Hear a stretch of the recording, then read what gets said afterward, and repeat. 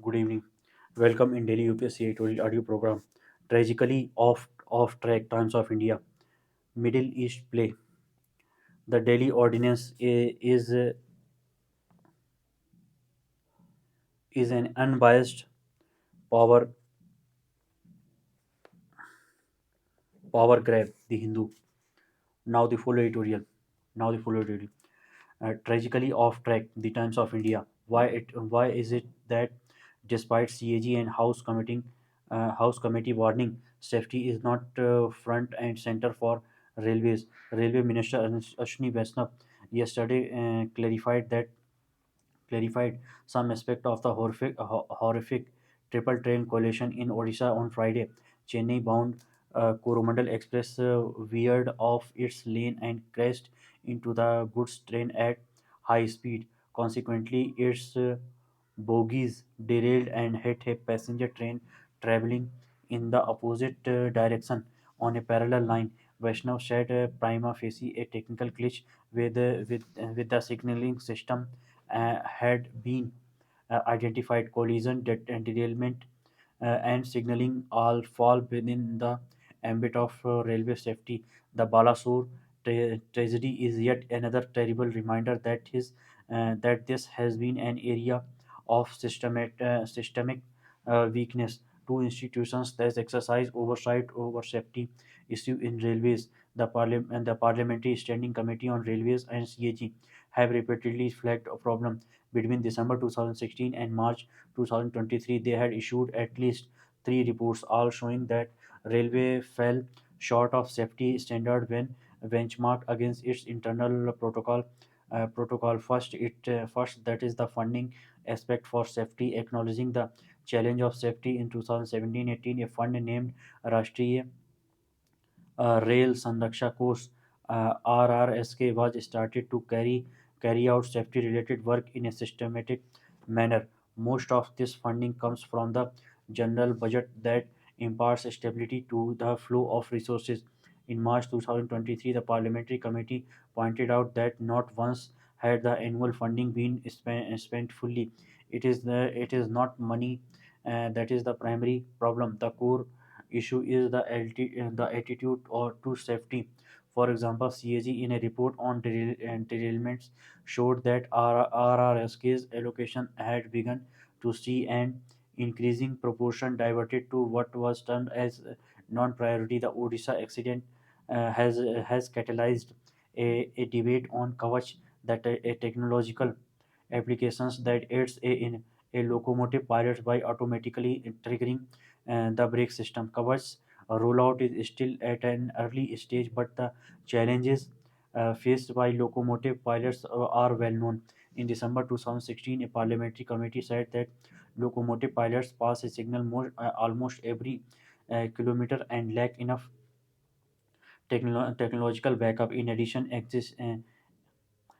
exigencies often lead to drivers overshooting the 10-hour work shift between 2016-17 and 2020-21.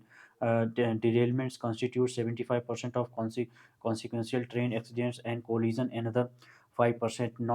Notwithstanding that, the railway ministry has been lax about following its own protocol on inspection and track renewals. According to the CAG, Government of India aims to increase the average speed of trains more than 19,000 ply.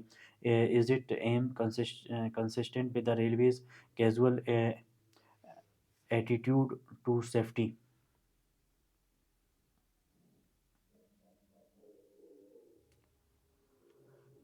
Middle East play. Iran's new naval alliance may be ambitious, but India should be wary of China's growing influence in region.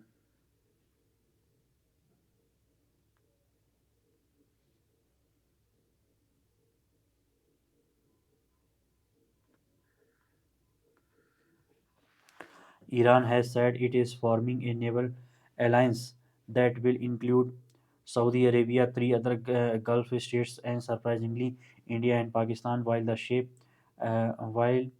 shape and form of this alliance is yet to be revealed, if it nonetheless represents a significant geopolitical shift underway in the Middle East.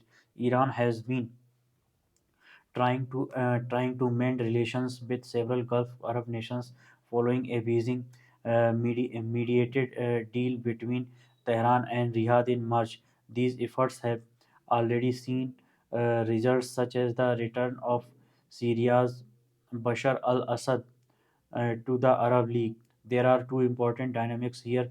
First, it appears that Iran and Saudi Arabia are finally coming to the realization that their regional proxy war is harming both. Both Riyadh and Tehran are looking at new options to manage regional equations. Second, the US has been progressively disengaging from the Middle East and pivoting towards East Asia. Thus, Washington is no longer seen as a regional problem solver. On the contrary, Trump's decision to withdraw from the Iran nuclear deal and Biden's to not join back have cast the US as unreliable. Enter China with its economic partnership plan for the region. Also, Washington's place to create an alliance for democracies to counter autocracies in the wake of Ukraine war sits uncomfortably with Middle East regime. But if China's footprints grows here, it is bad news for India, which relies on the Middle East on energy and the remittance economy. New Delhi would be far more comfortable working with Washington in the region. Therefore, it should help boost platforms mm, like I2U2, Israel, India, Israel, US, and UAE to stay in the Middle East game and counter China. The Delhi Ordinance is an un- unabashed power grab. The Hindu. The ordinance, an attack on federalism and democracy, and erodes judicial independence, is an act of constitutional subterfuge and destroys established norms on bureaucratic accountability. Matthew Idikula is a legal consultant and a visiting faculty at Aziz Premji University, Bangalore.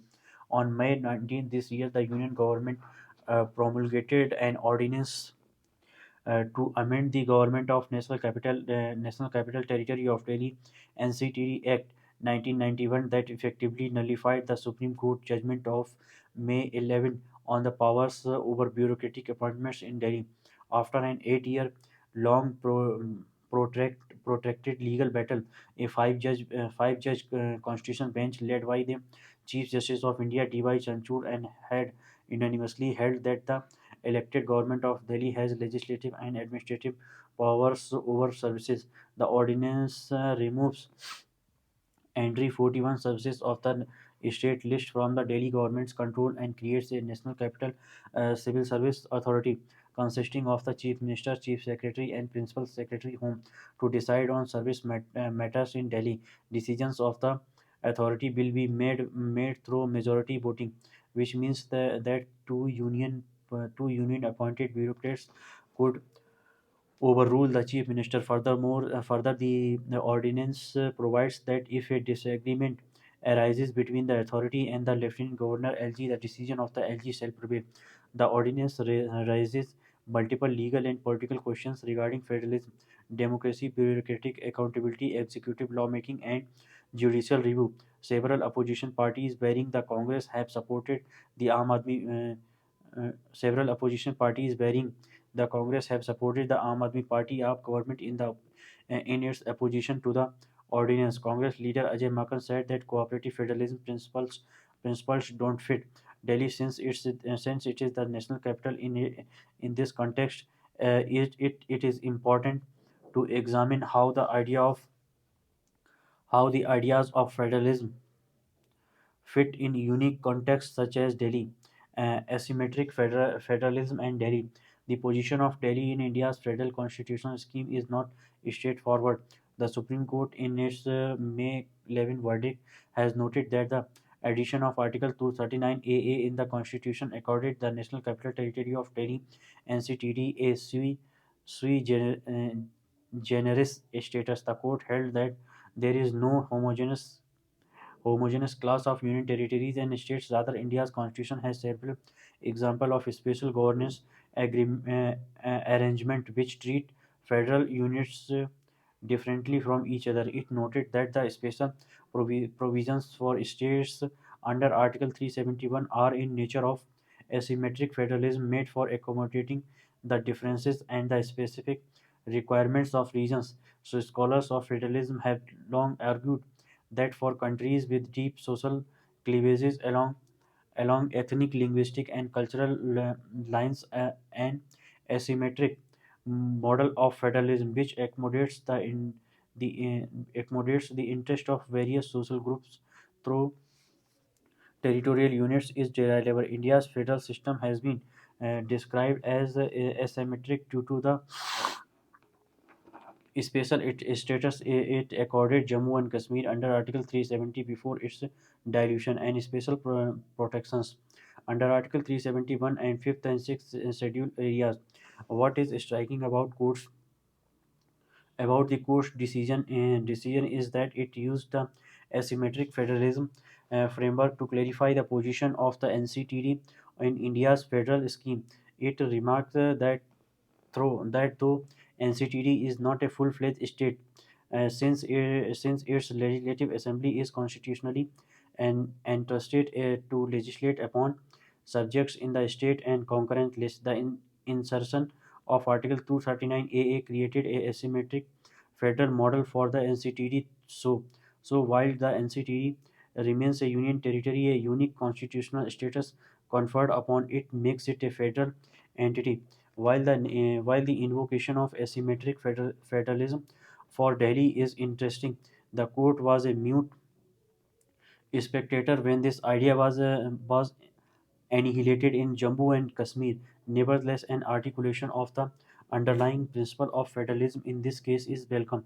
The court noted that the principles of federalism and democracy are interlinked since the state's exercise of legislative power gives effect to people's aspirations, and that federalism creates dual manifestation of the public will in which the priorities of the two sets of governments are not just bound to be different but are intended to be different. Such a clear expression of the federal principle punches hollow exhortations of cooperative federalism that has been weaponized to centralize the Indian politics, the law and politics of federalism. The presidential ordinance is problematic at different levels. First, the government's swift and brazen act of undoing a constitutional bench judgment does not augur well for judicial independence. While the legislature can alter the legal basis of the judgment, it cannot directly overrule it. Furthermore, executive lawmaking through an ordinance, as the Supreme Court held in DC Badwa 1987, is only to meet an extraordinary situation and cannot be perverted to serve political ends. Most cruelty, adding an additional subject of exemption services to the existing exemptions, land, public order, and police of Delhi's legislative power listed in Article 239 AA without amending the constitution is arguably an act of constitutional sub, sub, subterfuge. Finally, creating a civil service authority where bureaucrats can overrule an elected chief minister destroy long established norm on bureaucratic accountability. For all of these reasons, the ordinance is a direct assault on federalism and democracy. Such an unbiased power grab by the union government needs to be opposed by all who care for the future of India as a federal democracy. However, opposition parties do not often take a position on federalism on first principles or articulate it as a normative idea. Hence, AAP cheered the dilution of Article 370, and now the Congress refuses to oppose this ordinance.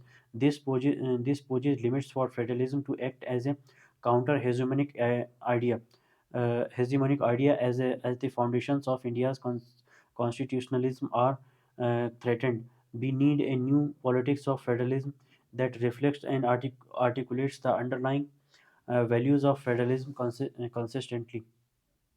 Thank you.